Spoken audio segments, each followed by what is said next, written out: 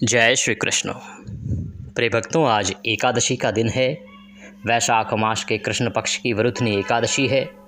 आज आपको अवश्य ही सुननी चाहिए वरुथनी एकादशी की पावन पुण्यदायी कथा।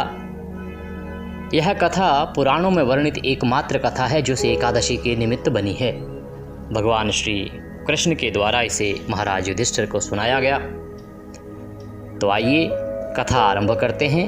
आपसे निवेदन इतना है कि कथा का वीडियो है तो एक बार लाइक अवश्य कीजिएगा और जितना हो सके शेयर कीजिएगा। कमेंट बॉक्स में लिखिएगा जय श्री हरि या ओम नमो भगवते वासुदेवाय। कथा कैसी लगी इसके विषय में अपना विचार कमेंट बॉक्स में अवश्य लिखिएगा। आइए कथा आरंभ करते हैं। बोले विष्णु भगवान की जय। अथ वैशाख मास कृष्ण पक्ष वरुथनी एकादशी व्रत कथायाम प्रारंभ।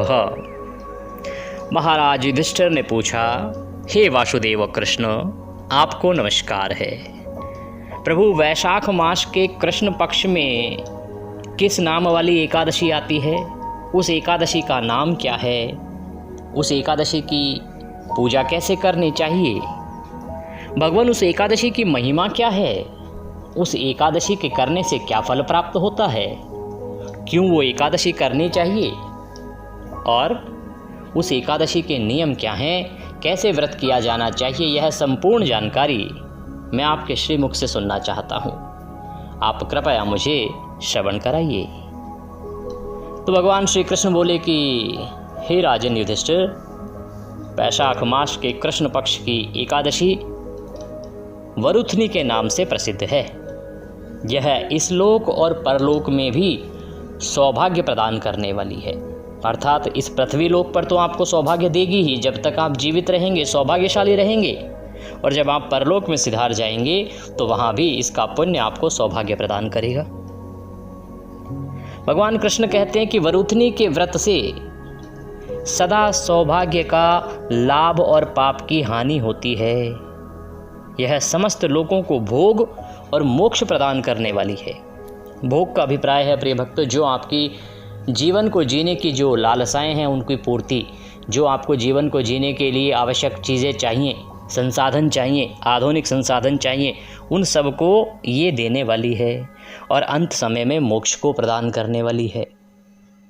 भगवान कृष्ण कहते हैं कि वरुथनी के ही व्रत से राजा मानधाता तथा धुंधुमार आदि अन्य अनेक राजा स्वर्गलोक को प्राप्त हुए हैं।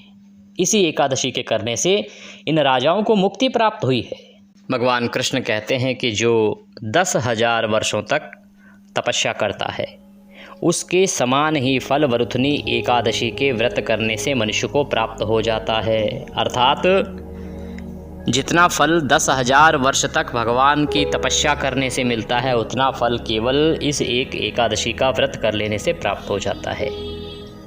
भगवान कृष्ण कहते हैं कि हे नृप श्रेष्ठ, घोड़े के दान से हाथी का दान श्रेष्ठ है। अर्थात जब घोड़े का दान करते हैं उससे अधिक पुण्य मिलता है हाथी के दान से, और भूमि दान उससे भी बड़ा है।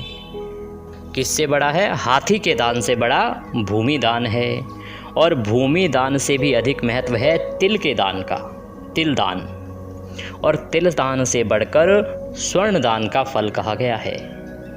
और स्वर्ण दान से भी अधिक पुण्य प्राप्त होता है अन्न दान करने से, क्योंकि अन्न से देवता, पितृ तथा मनुष्य सभी तृप्ति प्राप्त करते हैं। अन्न से सबको तृप्ति प्राप्त होती है, इसीलिए सब में श्रेष्ठ अन्नदान कहा गया है। विद्वान पुरुषों ने कन्यादान को भी अन्नदान के ही समान बताया है। जब आप किसी कन्या का विवाह करते हैं, कन्यादान करते हैं, तो वह जो कन्यादान है वो भी अन्नदान के समक्ष अर्थात तो श्रेष्ठतम दान में है। कन्यादान के तुल्य ही धेनु का दान कहा गया है। यह साक्षात भगवान का कथन है। और ये जो बताए गए सभी दान हैं, सब दानों से बड़ा है विद्या का दान। भगवान कृष्ण कहते हैं कि चाहे वो घोड़े का दान, हाथी का दान, स्वर्ण का दान, तिल का दान, भूमि का दान, अन्न का दान, और चाहे कन्यादान, इन सब से बड़ा विद्या का दान है। मनुष्य वरुथनी एकादशी का व्रत करके विद्या का दान भी प्राप्त कर सकता है, विद्या के दान का फल भी प्राप्त कर लेता है। कहते हैं कि जितने भी दान हैं उतना पुण्य फल केवल एक वरुथनी एकादशी का व्रत करने से प्राप्त हो जाता है। जो लोग पाप से मोहित होकर कन्या के धन से जीविका चलाते हैं वे पुण्य का क्षय होने पर यातना में नरक में जाते हैं। अतः सर्वथा प्रयत्न करके कन्या के धन से बचना चाहिए, उसे अपने कामों में नहीं लाना चाहिए। जो अपनी शक्ति के अनुसार आभूषणों से विभूषित करके पवित्र भाव से कन्यादान करता है उसके पुण्यों की संख्या बताने में चित्रगुप्त भी समर्थ नहीं है। कहते हैं कि जो सच्चे मन भाव से, तन से, स्वच्छ भाव से पूर्ण रूप से समर्पित होके प्रयत्नपूर्वक कन्यादान करता है उसका पुण्य इतना अधिक है कि उसको चित्रगुप्त भी नहीं बता सकते। वरुथनी एकादशी करके भी मनुष्य उसी के समान फल प्राप्त करता है। भगवान कृष्ण कहते हैं कि हे युधिष्ठिर, इस एकादशी के कुछ नियम कहे गए हैं, उनको अब तुम मुझसे सुनो। हे युधिष्ठिर, वरुथनी एकादशी करने के लिए वैष्णव पुरुष को दशमी के दिन इन नियमों का पालन करना चाहिए। दशमी तिथि के आने पर अर्थात एकादशी से पहले, वरुथनी एकादशी से पहले का जो दिन है, और इस वर्ष की अगर हम बात करें तो ये दिन पड़ेगा 12 अप्रैल को। मैंने इसकी अलग से जानकारी आपके लिए दी थी वीडियो बना के। तो भगवान कृष्ण कहते हैं कि दशमी के दिन कांसे का प्रयोग नहीं करना चाहिए। कांसे से बना कोई भी पात्र हो ना भोग के लिए प्रयोग करें, ना भगवान को भोग लगाएं, ना स्वयं उसमें सेवन करें, ना ही कांसे के पात्र में भोजन आदि बनाएं। कांसे के पात्र का प्रयोग नहीं करना चाहिए। उड़द साबुत उड़द हो चाहे उड़द की दाल हो, इस दिन उसका प्रयोग भी नहीं करना चाहिए, न सेवन करना चाहिए, न दान करना चाहिए। मसूर की दाल का भी दशमी तिथि को, इस वाली दशमी तिथि को जो 12 तारीख को है, उस पर प्रयोग नहीं करना चाहिए। चने का त्याग करना चाहिए, न दाल, न साबुत चना, और ना ही चने का साग खाना चाहिए। कोदो को भी नहीं खाना चाहिए, कोदो का साग नहीं खाना चाहिए। मधु का अभिप्राय है शहद का प्रयोग भी नहीं करना चाहिए। हरा साग नहीं खाना चाहिए। इस दिन दूसरे का अन्न भी नहीं खाना चाहिए और 2 बार भोजन नहीं करना चाहिए, अर्थात दिन में केवल 1 बार ही अन्न ग्रहण करना चाहिए। 1 बार अन्न ग्रहण को लेके पहले भी कई सारी एकादशियों पर मैंने आपको बताया है कि रात्रि को अन्न ग्रहण नहीं करना चाहिए। ये दशमी तिथि का नियम है।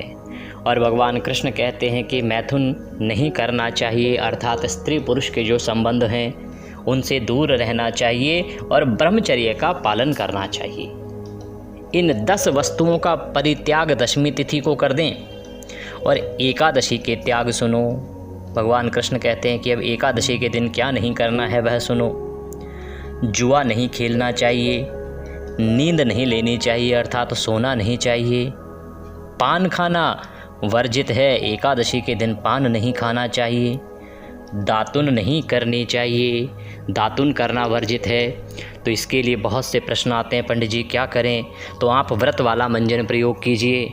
अगर आपके पास ना हो तो हम आपको प्रदान करवा देंगे। व्रत वाला मंजन आप एकादशी पर कर सकते हैं। भगवान कृष्ण कहते हैं कि दूसरे की निंदा नहीं करनी चाहिए। आप एकादशी का व्रत कर रहे हैं और दूसरे की निंदा कर रहे हैं तो आप अपने व्रत का पुण्य क्षीण कर रहे हैं, पुण्य खंडित कर रहे हैं। एकादशी व्रत के दिन आपको दूसरे की निंदा नहीं करनी चाहिए। चुगली नहीं करनी चाहिए, किसी की चुगली कभी नहीं करनी चाहिए। चोरी नहीं करनी चाहिए और हिंसा नहीं करनी चाहिए। किसी पे मारपीट नहीं करनी चाहिए। एकादशी का व्रत किया है, मारपीट कर रहे हैं तो इससे आपका व्रत फल क्षीण होता है। भगवान कृष्ण कहते हैं कि क्रोध का त्याग करना चाहिए। इस दिन मनुष्य को क्रोध नहीं करना चाहिए और मैथुन आदि कार्य नहीं करने चाहिए, अर्थात स्त्री पुरुष को संबंध नहीं बनाने चाहिए। मनुष्य को ब्रह्मचर्य का पालन करना चाहिए।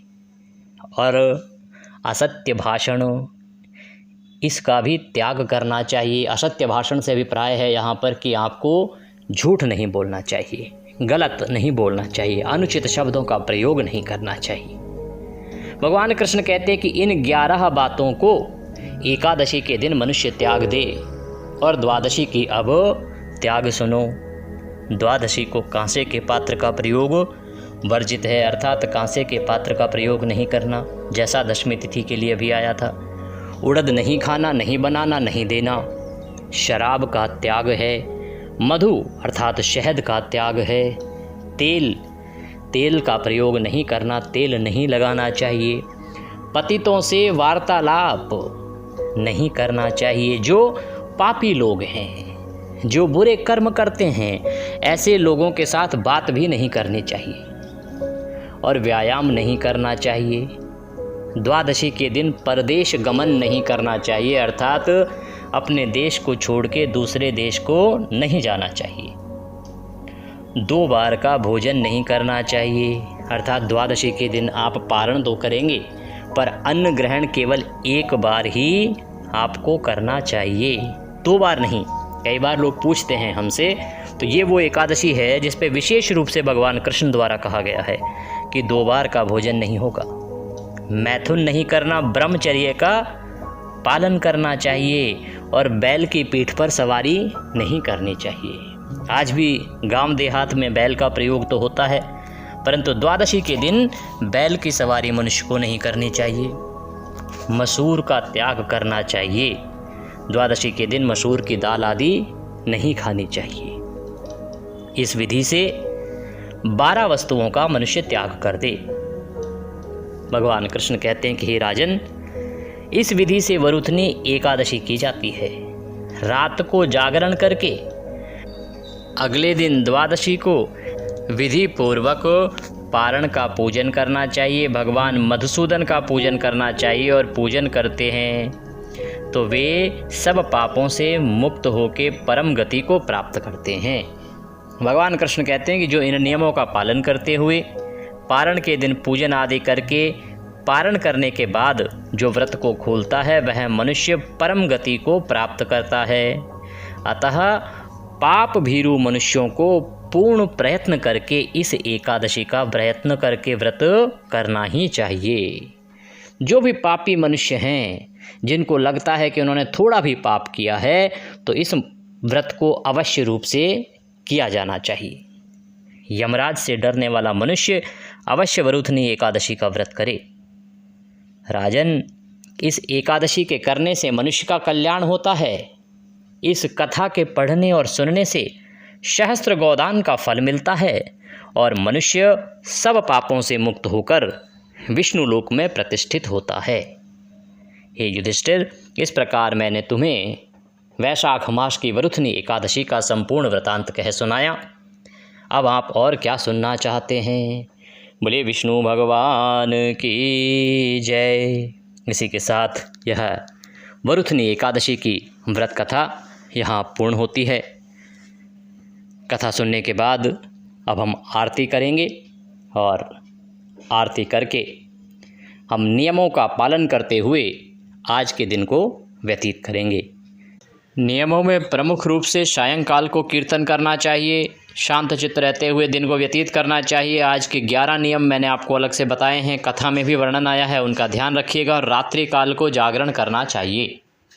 जो स्तोत्र पाठ कीर्तन के समय सुने जाने चाहिए, क्योंकि भगवान कृष्ण कहते हैं कि जो नाच गा के कीर्तन नहीं कर सकते वो इन स्तोत्र पाठ को पढ़ के या सुन के कीर्तन का पुण्य ले सकते हैं।